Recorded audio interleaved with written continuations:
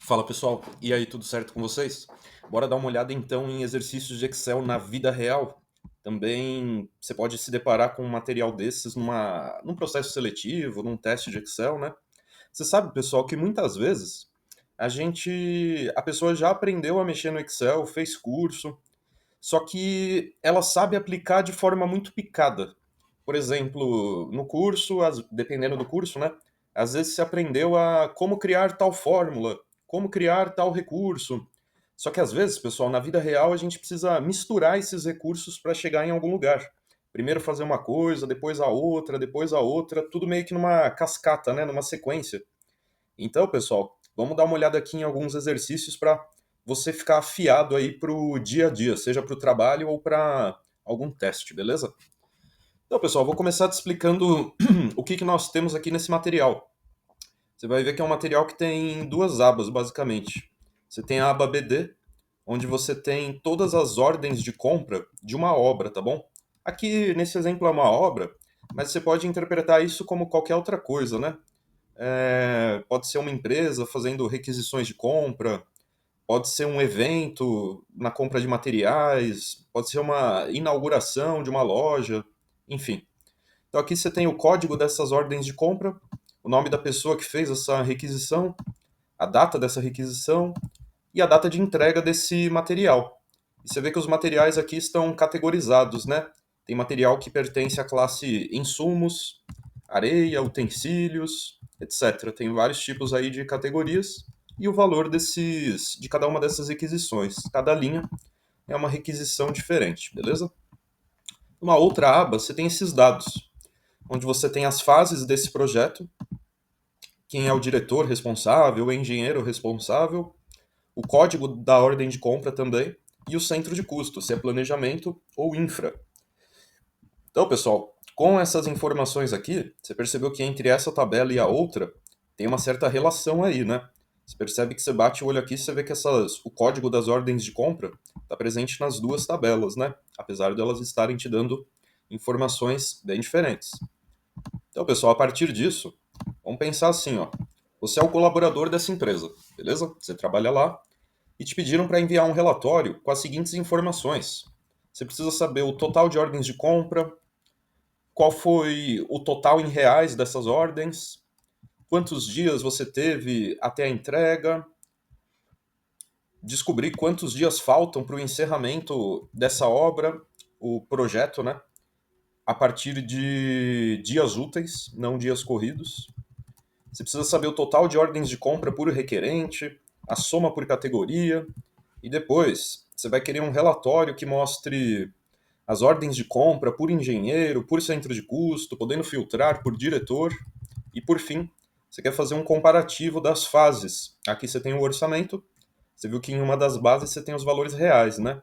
Então você vai querer trazer para cá o valor gasto de fato e ainda conseguir comparar para ver qual fase ultrapassou o orçamento e qual ficou dentro do orçamento, beleza?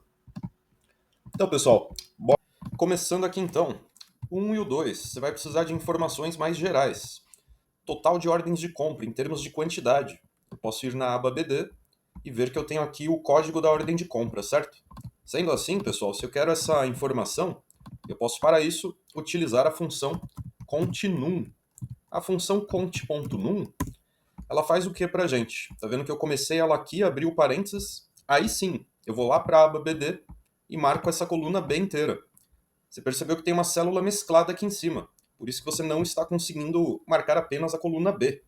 O que você pode fazer? Ou você desmescla essa célula, pedidos para a obra, ou você malandramente coloca aqui B dois pontos B, forçando então o intervalo a ler apenas a coluna B, ao invés de ir até a G, tudo bem? Fecha parênteses, aperta o Enter. Essa função, pessoal, vai contar apenas a quantidade de números que temos aqui, e é o que queremos. Ao todo, então, são 102 ordens de compra. O total em reais dessas ordens. Aí, pessoal, moleza também, né? Só fazer a soma aqui da coluna G, certo? Eu vou, para facilitar a vida, então, desmesclar essa célula, pedidos para a obra, e aqui eu começo a função, né? Aqui eu coloco igual soma, abro parênteses, com parênteses aberto, venho aqui na aba BD, marco a coluna G, e aqui mesmo eu aperto o Enter, que ele me retorna para lá com o resultado, beleza? Esses materiais estão. Esse material está na descrição do vídeo, tá, pessoal? Se você quiser pegar ele aí para ir acompanhando, vai dando pausa no vídeo para você ir tentando fazer. Enfim, pode ser interessante aí para você, beleza?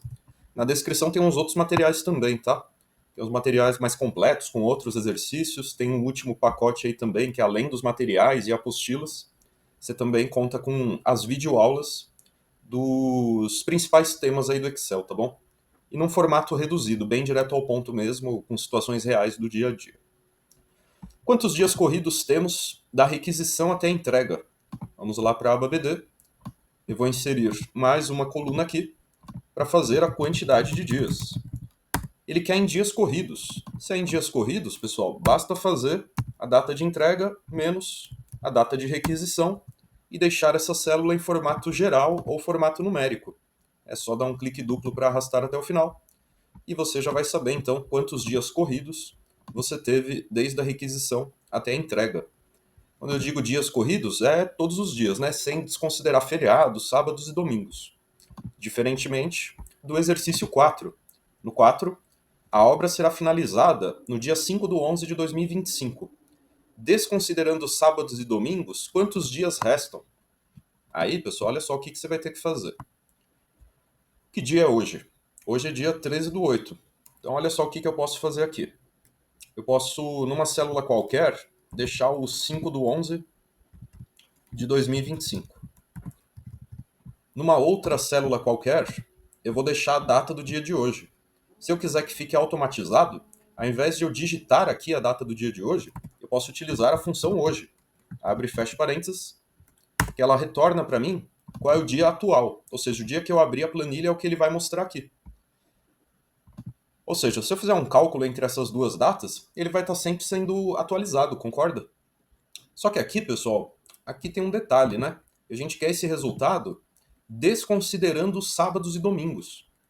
Se eu quero então em dias úteis, aí eu preciso de uma outra função para fazer isso, que é a função dia trabalho total, beleza? Dia trabalho total, olha os argumentos que ela te pede: a data inicial e a data final, com o argumento de feriado sendo optativo. No próximo vídeo eu falo mais dessa função em detalhes, tá? Como você preenche esse argumento de feriados, mas basicamente você vai clicar na data inicial, ponto e vírgula, e a sua data final, que é a data do dia de hoje, fecha parênteses e aperta o Enter. Você vai ver que ele já vai te retornar. Ops, eu inverti aqui, né? Deixa eu colocar novamente. Você precisa da data inicial, que é a data do dia de hoje, e depois, sim, a data final, que é a data que se encerra o projeto aqui no caso, né? Aperta o Enter, e aí sim ele vai te dizer que faltam 61 dias úteis, ou seja, ele desconsiderou os sábados e domingos dessa conta, beleza? Se você quisesse computar os feriados também, você teria que ter mais um intervalo aqui, onde você selecionaria uma lista de feriados. Você ia ter que ter cada um dos feriados aqui preenchidos na sua planilha para que eles fossem desconsiderados, beleza? Certo. Até aqui acho que tranquilo, né? De repente, você até já conhecia esses, mas acho que tranquilo até aí, né?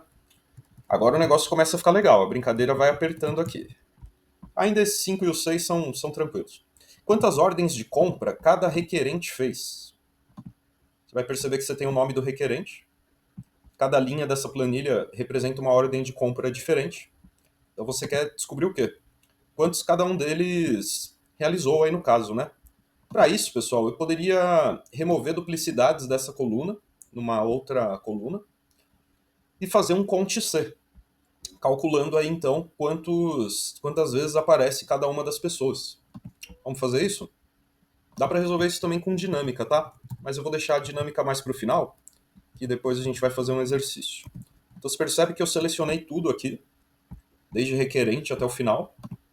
Se você já viu outros vídeos meus, você viu que Shift e Ctrl para baixo te ajuda, né? A marcar o intervalo inteiro. Vou colar aqui na direita. Essas informações que eu colei, vou selecioná-las, vou vir aqui em cima na guia dados e vou remover duplicadas. Aperto OK.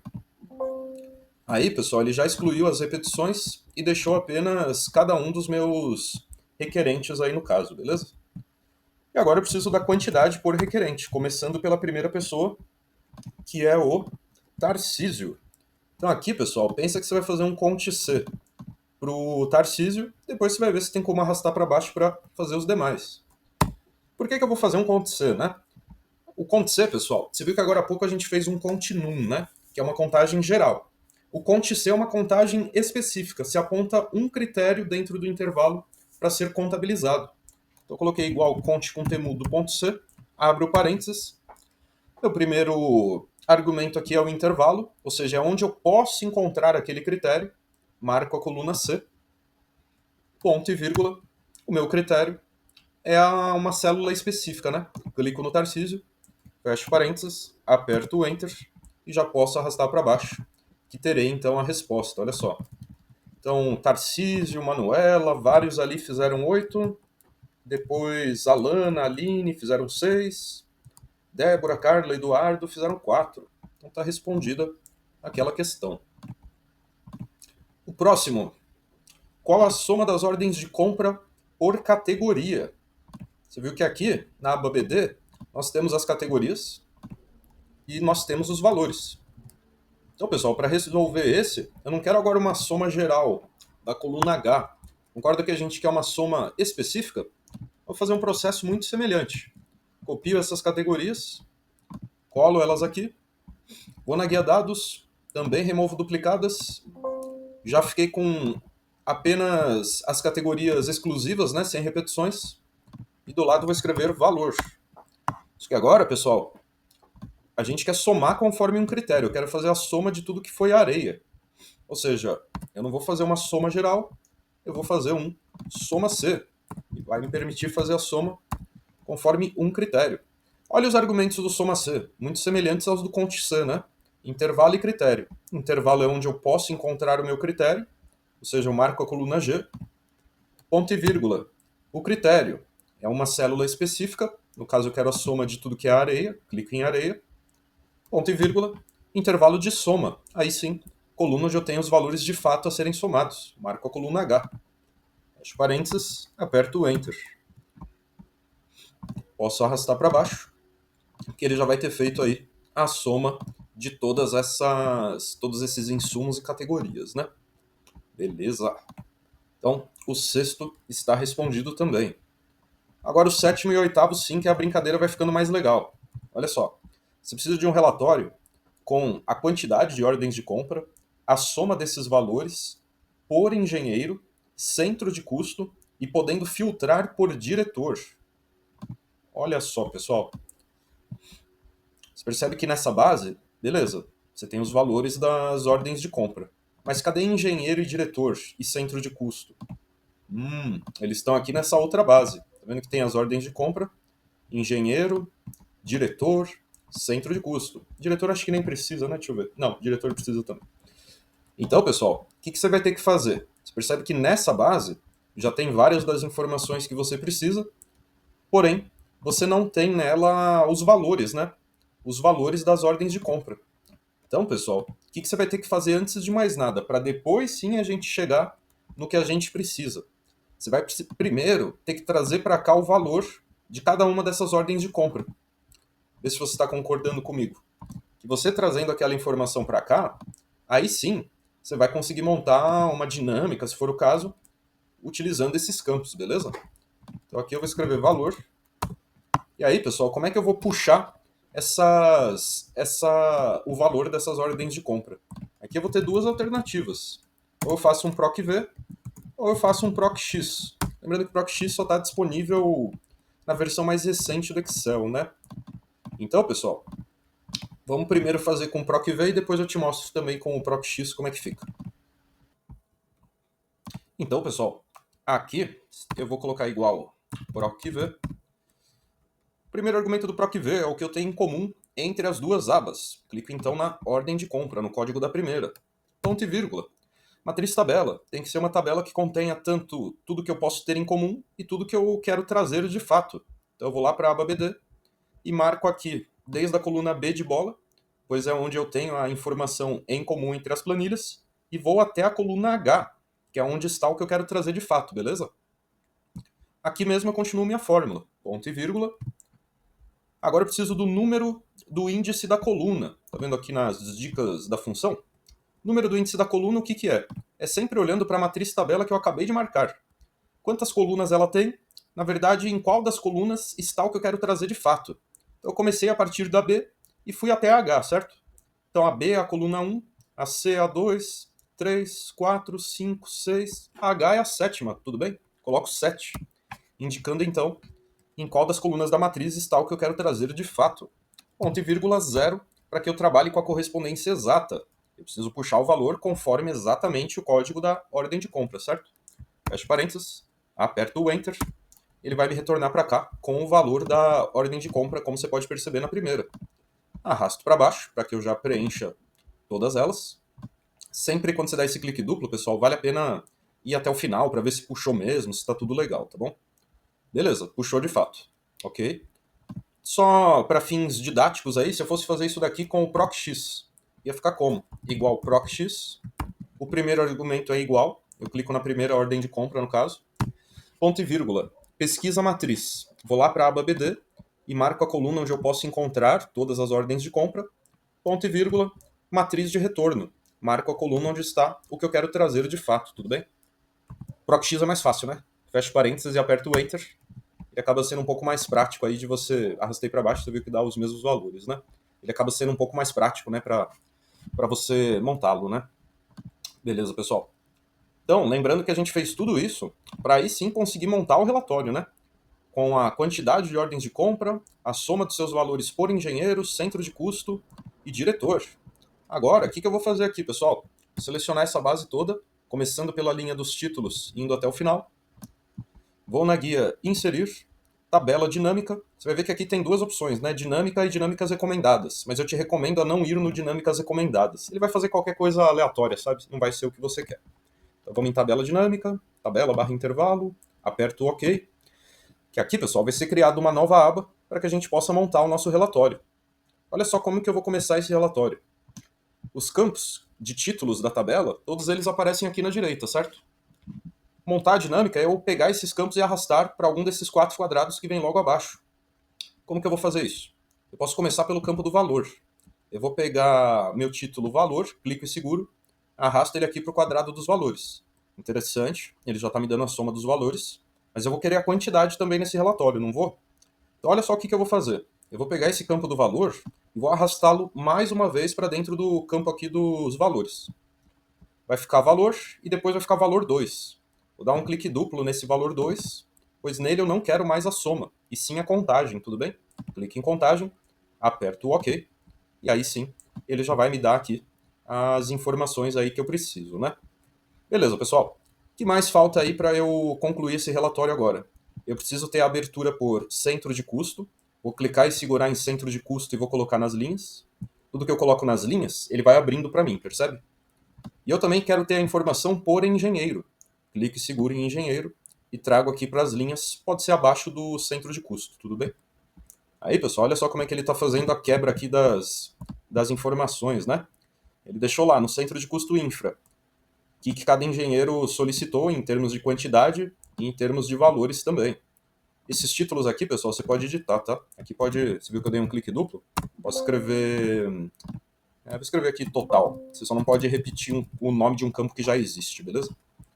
Esse aqui eu vou escrever quantidade. Então, pessoal, já montamos essa parte. Só que aqui a gente ainda quer poder filtrar por diretor. Então eu pego o campo diretor e associo ele aqui no campo dos filtros. E aí, pessoal, olha só. Quero ver só as coisas da Roberta. Ah, beleza, nas solicitações da Roberta foram esses valores. E nos do Carlos? Ah, nos do Carlos foram esses. E no total? Ah, o total tá assim. Enfim. Basicamente é isso que você precisa para responder aí esse primeiro exercício, né? Você pode renomear aqui para relatório, enfim. Beleza, pessoal. Seguindo aí, então... Ah, e você viu que interessante, pessoal? Esses totais aqui, tanto em reais quanto em quantidade, eles batem com aquelas fórmulas que a gente fez no começo, lembra? Então, você viu que tem mais de uma forma de fazer a mesma coisa aí no Excel, né? Beleza, pessoal. Para finalizar, a gente precisa fazer esse oitavo agora. Temos as metas de gastos em cada fase. Então, na fase 1, o orçamento era R$ 25.000. E isso para cada uma das fases, beleza? Você viu que essas fases, elas estão aqui na aba dados, né? Aqui você vai ter toda a relação, né, de gastos na fase 1, na fase 4, 3. E aí, pessoal, o que você quer agora? Você quer fazer um comparativo. Então, o que eu posso fazer aqui? Vou selecionar esse bloco, vou clicar no pincel de formatação e vou clicar aqui na célula D16, só para imitar o layout. Pincel de formatação é como se fosse um Ctrl+C, Ctrl+V, mas apenas do layout, beleza? Então, pessoal, para eu poder chegar nessas informações que o oitavo exercício me pede, eu vou aqui fazer, então, o quê? Eu vou fazer um soma-C. Você viu que a história de ter trazido os valores para cá serviu para a montagem do relatório e vai servir para esse outro processo que a gente vai fazer agora, para ter a soma dos gastos realizados em cada uma das fases. Então aqui eu vou colocar igual, igual soma-C, intervalo, vou lá para a aba dados. Meu intervalo é a coluna C onde estão as fases. Ponto e vírgula, pois é aqui que eu posso encontrar uma das fases específicas, né? O caso que eu quero fazer agora é a soma dos itens da fase 1, certo? Então, eu volto lá para a aba demanda, pois o meu critério vai ser eu dar um clique na célula B17. Você viu que quando você faz fórmula puxando coisas de outras abas, pessoal, ele vai colocando o nome da aba junto aqui com a coluna ou célula que você escolheu, né? Ou seja, o critério ficou associado aqui na aba demanda, célula B17. Ponto e vírgula, intervalo da soma. Volto lá para a aba dados e marco a coluna onde estão os valores de fato a serem somados, coluna H. Fecho parênteses, aperto o Enter. Acho que deu uma travada aqui. Vamos esperar ele se recuperar. Beleza. Aí então, ele já mostrou pra gente que a soma na fase 1, por exemplo, o real dela, passou um pouco aí do orçamento, né?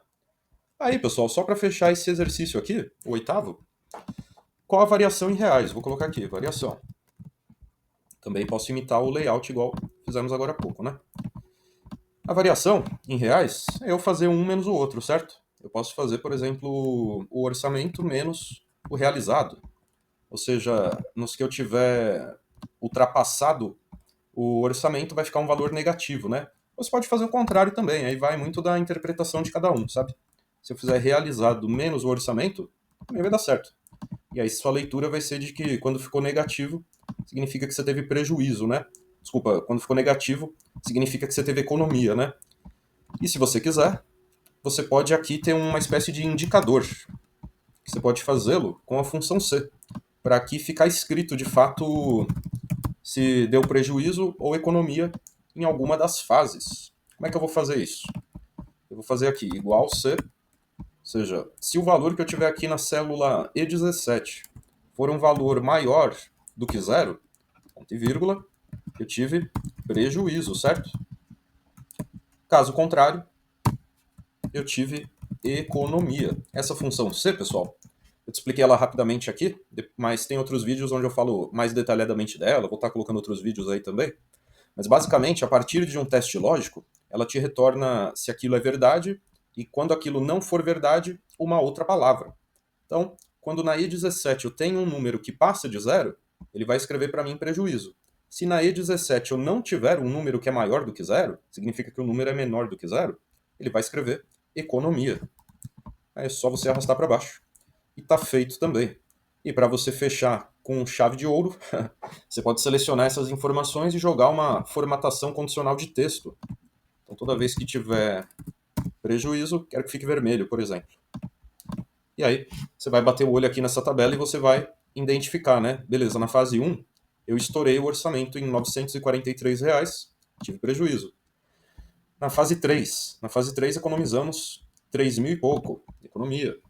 Enfim, é isso aí, pessoal. Tudo que foi necessário para resolver esse caso. Você viu que a gente usou vários recursos do Excel aí para chegar na resposta. Então entenda que a vida no dia a dia usando o Excel é assim, né? Você primeiro faz uma coisa para depois conseguir fazer a outra, para depois avançar para outra e junta a coisa numa base. Enfim, é assim que você vai lidando com os arquivos no dia a dia, né? Espero que tenha gostado aí desse vídeo. Precisando de algum dos serviços aqui que eu estou mostrando na tela, é só entrar em contato e até um próximo.